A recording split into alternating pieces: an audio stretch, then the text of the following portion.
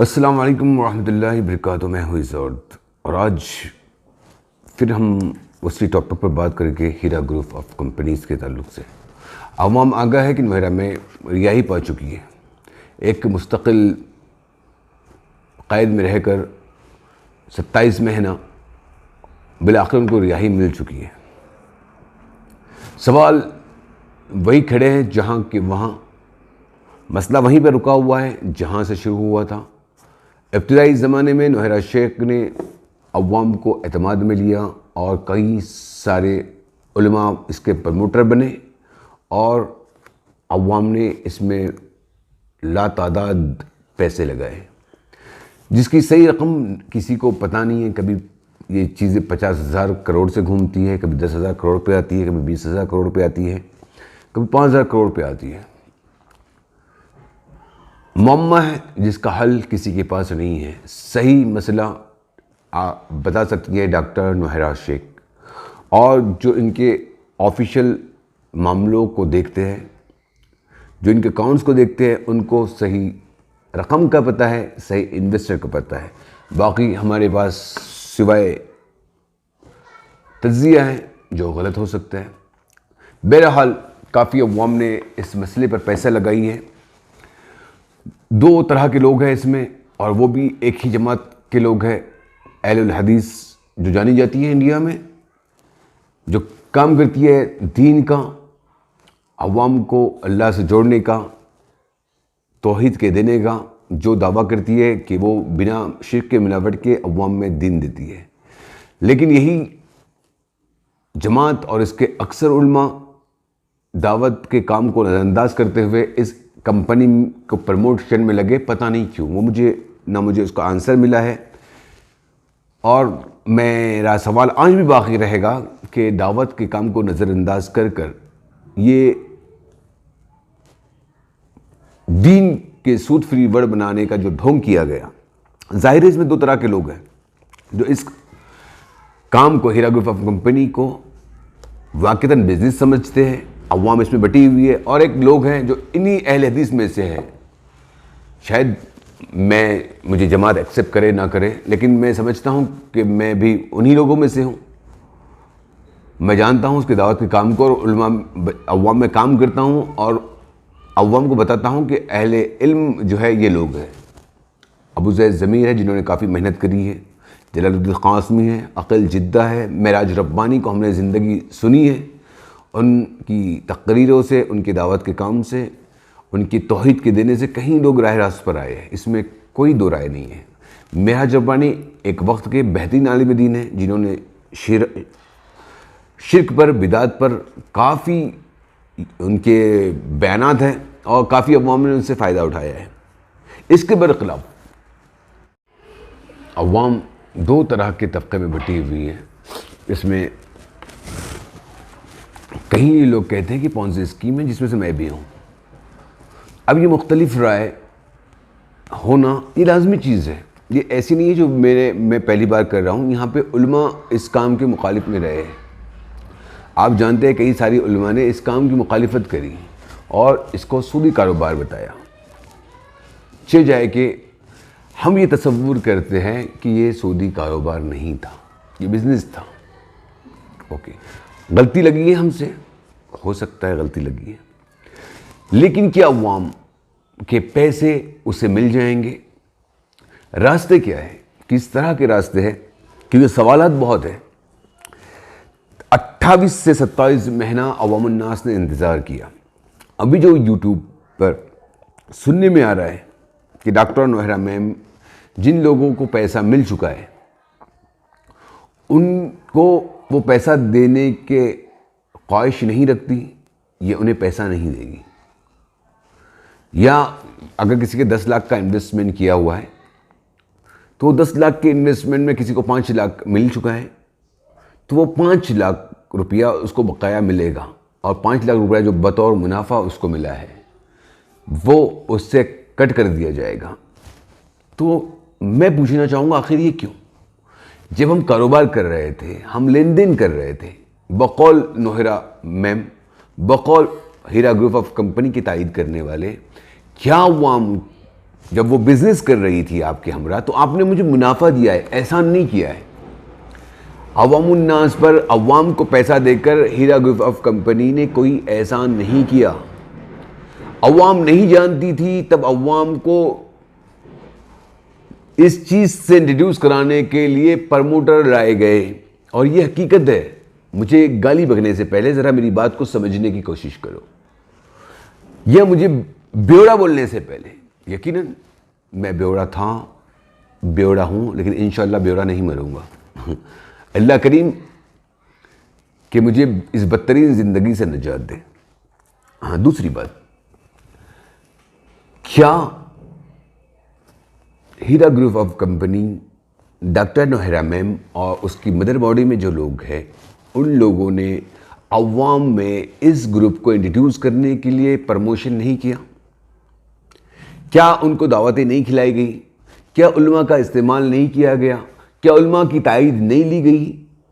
कई सारे वीडियोस हमने देखे हैं जहां पर हम जानते हैं कि डॉक्टर नौहरा मैम ने इस बिज़नेस को प्रमोशन करने के लिए अवामुन्नास के बड़े तबके के उन उलमा जिस पर अवाम भरोसा करती है, उनकी तकरीरों को इस्तेमाल किया, उनके लफ्ज़ को इस्तेमाल किया। उनकी मौजूदगी की वजह से अवामुन्नास इन पर एतमाद कर पाई। और ये जानने के बावजूद कि लोगों में कई तरह से मशकूक ये कंपनी, कई लोग इसको मशकूक जानते थे, मशकूक नज़र से देखते थे, लेकिन उलमा की मौजूदगी ने, उलमा की तायद ने कई नौजवानों को इसके अशकलास के रहते हुए भी इस चीज़ का एतमाद में लाया गया। उन लड़कों को, उन बच्चों को, उन नौजवानों को जो पढ़े लिखे, जो बिज़नेस को जानते हैं, और उलमा को। जिस तरह हम बात करते हैं कि जाकिर नाइक एक आलिम नहीं है, तो उन्हें चाहिए कि ये दीन के मामले में उलमा पर छोड़ा जाए। हम वही सवाल आपसे करते हैं कि डॉक्टर नौहरा मैम बिज़नेस को नहीं जानती। क्या उन्होंने ये कदम जानबूझकर उठाए हैं या जहलत में उठाए हैं, जिसकी वजह से आज आप उलमा नहीं, अवाम का तबका परेशान हाल है? ये वाक़ईतन सही है। तायद के बावजूद जो तायद करने वाले वो भी परेशान हाल है। उनका पैसा लगा है भाई, कोई जोग नहीं है। आप जाके किसी से 5 लाख कर्जे हंसना लो, आपको नहीं मिलेगा। किसी गरीब की मदद करने की, कोई इतने बड़े बड़े इन्वेस्टर हैं, इनको बोलो कि 10 लाख रुपए छोड़ दे वे कर्ज देकर। हर आदमी इस चीज में पैसा लगाया एज ए बिजनेस। मेरा सवाल यह था, क्या अवाम के वो पैसे जिस पर मुनाफा दिया गया, क्या उनसे दोबारा मांग करना या वो पैसे देना जिस पर मुनाफा बढ़ चुका है और असल रकम वापस नहीं देना, ये किस हद तक सही है और ये कैसे जायज़ हो जाता है? ठीक है, आपको नुकसान हुआ या आपका कारोबार ठप हो गया MIM की वजह से, जो आप कह रही है, या मुखालिफिन ने आपकी मुखालिफत में एक प्रोपेगेंडा क्रिएट किए और आप जेल में चली गई, तो ये इतनी कमज़ोर आपका बिजनेस था कि कोई भी आदमी आपको डिस्ट्रॉय कर सकता था। तो तब आप ये जानती है कि इतनी बड़ी बात कि सूद फ्री वर्ड बनाना, जबकि आप शहबाज अली खान साहब जो कोई हैसियत नहीं रखते, जिनकी सियासी हैसियत कोई नहीं है, जिनका हैदराबाद में कोई ऐसा दबदबा नहीं है, वो एक सियासी आदमी थे जिस सियासत को वो छोड़े हुए ज़माना गुजर गया। उनकी एक पुरानी पार्टी थी, फिर वो MIM में आए, तो शहबाज अली खान साहब ने आपको डिस्ट्रॉय करके रख दिया बकौल आपके। MIM के प्रेसिडेंट असदुद्दीन अवैसी, जो एक मेंबर ऑफ पार्लियामेंट थे अब तक पूरे MIM में, और दूसरे भी औरंगाबाद के एक MP बने मेंबर ऑफ पार्लियामेंट दूसरे, मतलब ये 2 मेंबर ऑफ पार्लियामेंट है, 500-600 के अबव यहाँ पे मेंबर ऑफ पार्लियामेंट है, शायद 500 के अबव। तो इतनी बड़ी हिंदुस्तान के अंदर एक MP मेंबर ऑफ पार्लियामेंट आपको डिस्ट्रॉय कर सकता है, तो फिर पूरी हिंदुस्तान की हुकूमत, पूरा अमेरिकन निज़ाम, बैंकिंग का निज़ाम, पूरा यहूदियों का बैंकिंग के निज़ाम आप किस तरह से लड़ती मैम? जो सूद फ्री वर्ड बनाने का जो नाम आपने दिया है, जो लड्डू आपने रखे हैं अवाम में, वो बात ही बचकानी है, वो सूट ही नहीं करती। आपकी इल्म की लेवल को देखकर मुझ जैसे बच्चे ने इस तरह की बात करी तो मैं बोल सकता हूँ कि मैंने शराब पीने में बात कह दी, लेकिन मैम आप कौन से नशे में थी? ये आपके वो लोग जो आपको प्रमोट कर रहे थे वो कौन से नशे में? ठीक है, कोई वांदा नहीं, सॉरी। किस हद तक सही है कि अवाम को दिए हुए मुनाफे को काटा जाए या उनको गिनाया जाए, उनको बताया जाए कि उन पर एहसान किया गया, जबकि अवाम आप तक नहीं आई थी। आपने प्रमोशन के जरिए से अवाम तक आप पहुंची थी। उसके लिए आपने एमईज रखे थे, एजेंट रखे थे, आपके पास एमईज थे, मार्केटिंग एग्जीक्यूटिव। क्या चीज थी? किस बिहाफ का उनको परसेंटेज दिया जाता था? कितने टक्के? कोई कहता है 3%, कोई कहता है 5%, कोई कहता है 10%। अलग अलग, ये आप जानती है, आपका रब जानता है, वो लोग जो अकाउंट संभालते हैं या वो एमईज जिन्होंने आपके लिए काम किया है, ये किस पर्पस के लिए थे मैम? उसके पास जो आपके एजेंट थे वो किस पर्पस के लिए थे? हजारों की तादाद में आपकी एक मीटिंग में जो आपके एम्प्लॉइज है वो हजारों की तादाद में थे, क्या 100 की तादाद में हो गए? लेकिन मे बी आपके एजेंट और एमईज को अगर मिला लिया जाए तो वो हजारों की तादाद में है। ये क्यों रखे गए थे? सवाल है जिसका जवाब आपको देना पड़ेगा। क्या रास्ते हैं? अगर गोल्ड में इन्वेस्ट, आप कहती थी कि आपका बिजनेस चल रहा था, आप अचानक गई, मुझे पता नहीं, बाज दफा लोगों ने कहा कि बिजनेस आज भी चल रहा है आपका। आप अकेली गई थी, लेकिन आपकी पूरे लोग बाहर थे। कंपनियां आपकी हिंदुस्तान में बंद हुई, यूएई की कंपनियों का क्या हुआ, सऊदी अरब की कंपनियों का क्या हुआ, वहां के जो कारोबार चल रहे थे उसका क्या हुआ? क्या पूरा कारोबार आप अकेली चलाने वाली थी? खुदा ना खास्ता आप मर जाती, खुदा ना करे ऐसा हो जाता, तो फिर अवाम का क्या होता? आपकी नॉमिनीज में कौन थे जो इस काम को संभालते, जो आपके जेल जाने के बाद संभाल नहीं पाए? सवाल बाकी है मैम, सवाल बाकी है। किस राह पर आपने अवाम को लाकर खड़ा कर दिया, वो भी दीन के नाम पर। दीन के दाई की हैसियत आप हासिल कर चुकी थी कि आप दीन की दाइया है। आपके पास वो लोग हैं जिसको इज्जत की निगाह से अवाम देखती है मैम। जलालुद्दीन कासमी एक छोटा नाम नहीं है, मेराज रब्बानी कोई छोटा नाम नहीं है, ये बड़े बड़े नाम है।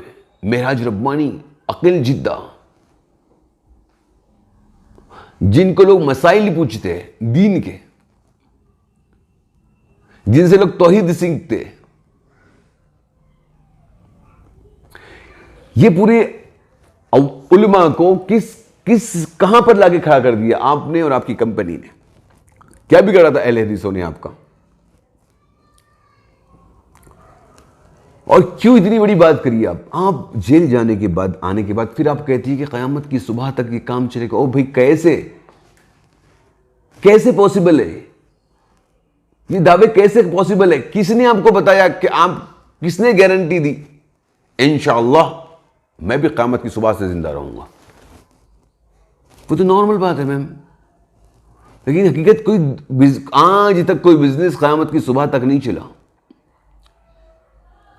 ये कोई अल्लाह की वही है जो क़यामत की सुबह तक चलने वाली, अल्लाह की दीन है जो क़यामत की सुबह तक चला जाएगा और चलेगा, और अल्लाह ने इस दीन की जिम्मेदारी ली हो। क्या है आपका बिजनेस?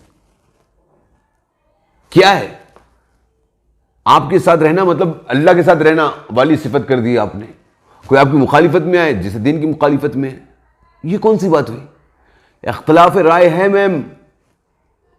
अगर आपको दीन समझ में आता है और आपके लोगों को समझ आता है कि दीन की बात समझ में आती है, मेरा एग्जाम्पल मैं आपको देना चाहूंगा जो मैं नहीं देता या समझाना नहीं चाहूंगा।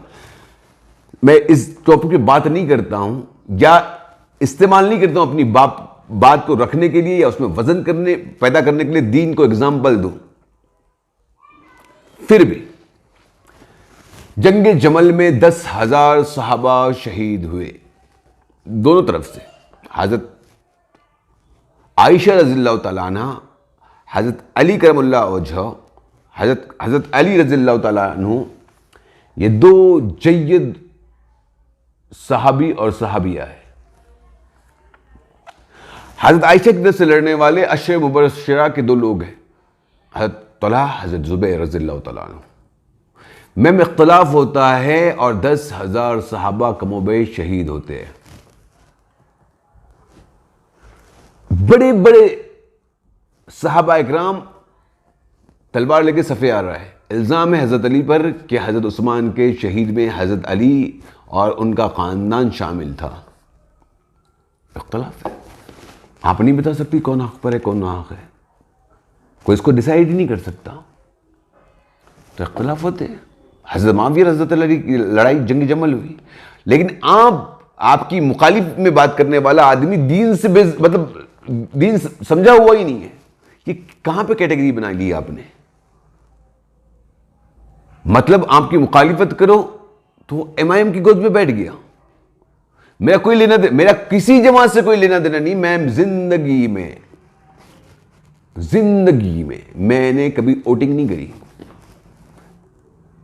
मेरा कोई जमात से ही लेना देना नहीं है, मैं सियासी पार्टी को जानते ही नहीं हूं। लेकिन आपकी मुखालिफत करने के बावजूद आपके चाहने वाले वो इस कदर जलील बातें करते हैं कि आप समझ नहीं पाओगे। और क्यों? कि हर आदमी के लिए लाजमी है कि वो अगर दीन का दाई हो तो नौहरा मैम की तायद में बात करे। ये हमको कहां लाके खड़ा कर दिया ये कानून में? और कौन हो आप? आपके अंदाज से लगता है कि आप देवबंदी जमात के काम से आई हुई हो। आपके बयान, अंदाज का बयान ही वही है जो बचपन में हम मस्तूरात के साथ जाकर इज्तिमात में सुनते थे, किस तरह की बात होती थी, वही अंदाज आपका तबलीगियों का है। आप तो अहले हदीस को जानते भी नहीं हो सही तरीके से।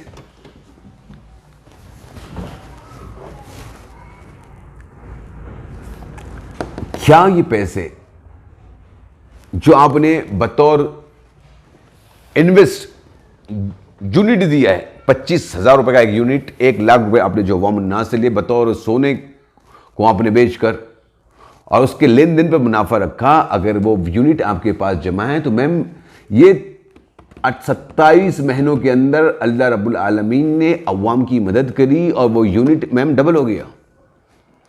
आज डबल के करीब डबल के रेट हो चुके हैं सोने के। आपने प्रॉपर्टीज अगर खरीदी हुई होगी, जब हम पूना एसोसिएशन से बात कर रहे थे उस जमाने में पूना एसोसिएशन का कहना था कि अगर 5,000 करोड़ के इन्वेस्टर है तो मैम के पास 5,000 करोड़ की प्रॉपर्टीज है, तो 5,000 करोड़ की प्रॉपर्टीज की रेट बढ़ गए होंगे मैम। हैदराबाद में आपके पास कहीं ज्यादा इन्वेस्टमेंट किया हुआ है, उसके रेट बढ़ गए होंगे। आप ऑफिशियल आकर स्टेटमेंट दें कि क्या तरीक़ाकार है आपका। आप आती हैं और